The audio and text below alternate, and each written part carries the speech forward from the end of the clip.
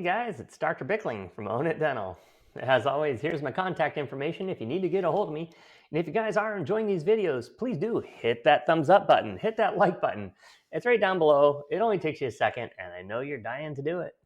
Speaking of dying, today we're going to talk about dying dental offices, or at least you can't grow by cutting. And we all know if you're not growing, you're dying. So let's dig into it.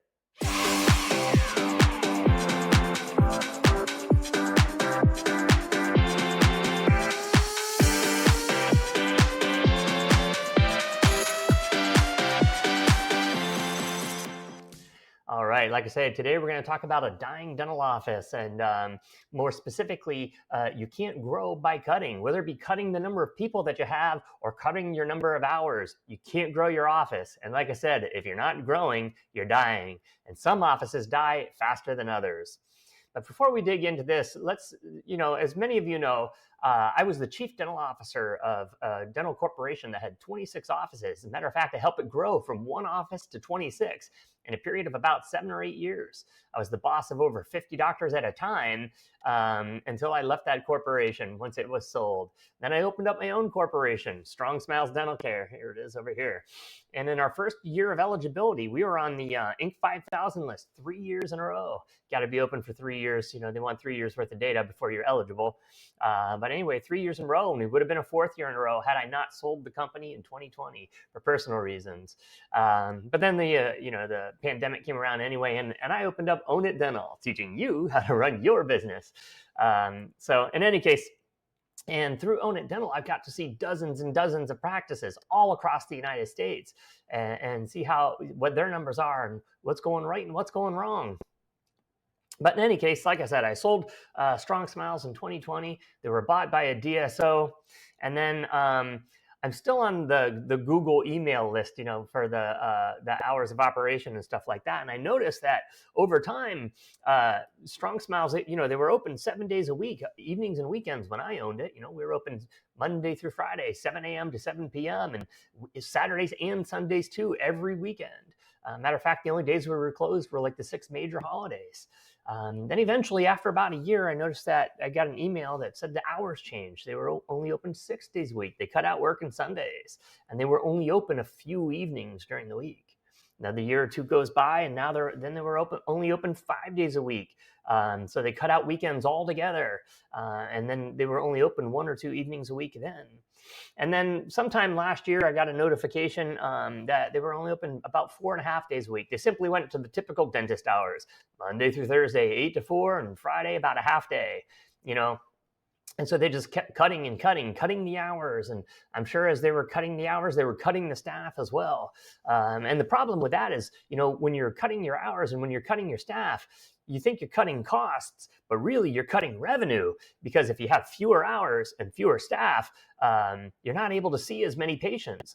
And your staff salaries really are only going to be about 25, maybe 30% of your top line revenue. And if you add doctors onto that, maybe it's about 55% of your top line revenue. So you're only saving about 25 or 30%, maybe as much as 50%, but you're cutting 100% of the revenue. So you're actually end up losing more money than you're saving in the long run.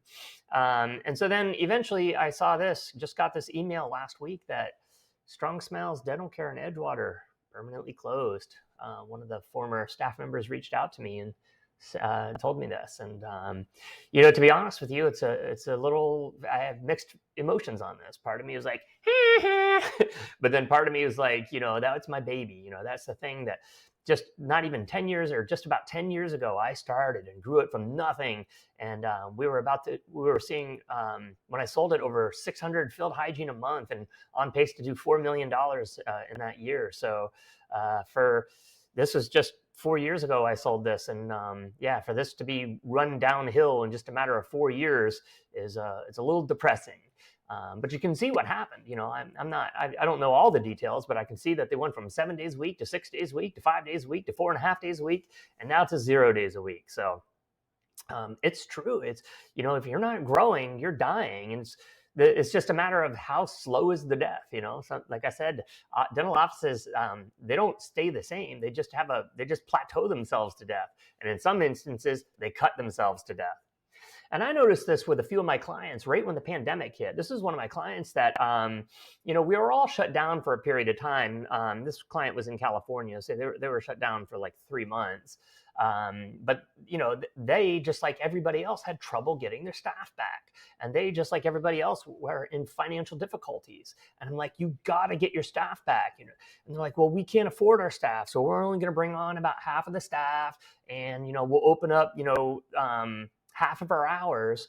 And I said, no, you can't do that. You can't bring half your staff back. You've got to bring them all back. And if you can't bring them all back, find new staff. Do whatever you have to do. Bring on your staff. Hire more staff, as a matter of fact, because there's going to be patients out there that can't get in to see their dentist, and they're going to need to go someplace. But this office didn't listen to me, and they just did what they could afford. And look what ends up happening to the numbers over time. They just keep going down and down and down, because dental offices that wait until they can afford to bring on more staff, they don't realize that you're losing 100% of that revenue on those people that you can't see. You might be saving the cost of the payroll, but remember, your staff salaries are only about 25%, 30% of your top line revenue. So you're saving 30%, but you're losing 100%. So that ends up being a net loss. And so this is how dental offices, who cut their hours or they cut their staff, this is what ends up happening to them. And you can't grow by cutting. So what you need to do is just like what I tell my clients all the time. You need to hire people before you need them, even if it costs you money, even if you run into the red a little bit. I had one year at Strong Smiles where we actually had a $350,000 loss on paper. I had to take $250,000 out of my own bank account just to keep the office afloat, because I was hiring people before I needed it. But what happens is then you start to grow your top line revenue. And when you do become profitable after doing that, 10 or 15% EBITDA of a larger number becomes larger profit.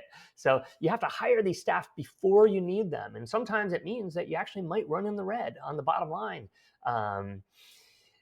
You want to bring on more doctors. The maximum you want your associates seeing is about 150, maybe 200 hygiene exams per month.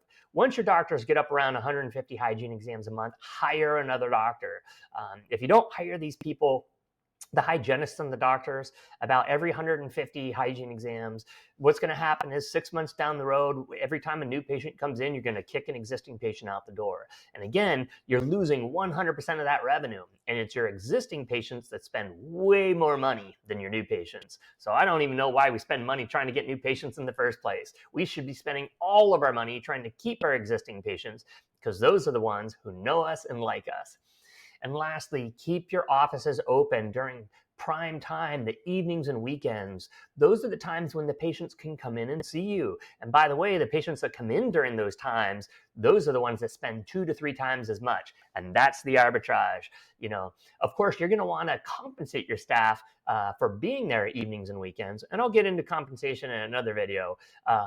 But these are the things that you need to do in order to grow, because you can't grow by cutting. So I have this saying, I say it all the time, and I'm sure you guys have heard it in a million places, but there's no such thing as staying the same. You're either growing or you're dying. And in many cases, it's just a matter of, if you're not growing, how slow is the death? Is it a slow death or a plateau over time? Or is it a quick death, like the death of Strong Smiles Dental Care? So again, it's with a bit of a heavy heart that I had to make this video, but it just shows that even some of the most successful dental offices can go downhill really quickly if they're mismanaged. And again, you can't grow by cutting. So again, I'm Dr. Pickling. I hope you enjoyed this video.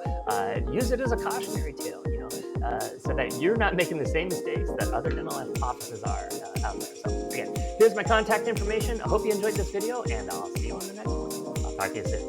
Bye. If you enjoyed this video and want to see more content like it, go to ownitdental.com or click the link above and check out my services. I have dozens of hours of training videos and have negotiated reduced lab fees for all my clients. So if you want to get out of the dental chair and start owning your business, go to ownitdental.com and check out my services, and I'll see you soon.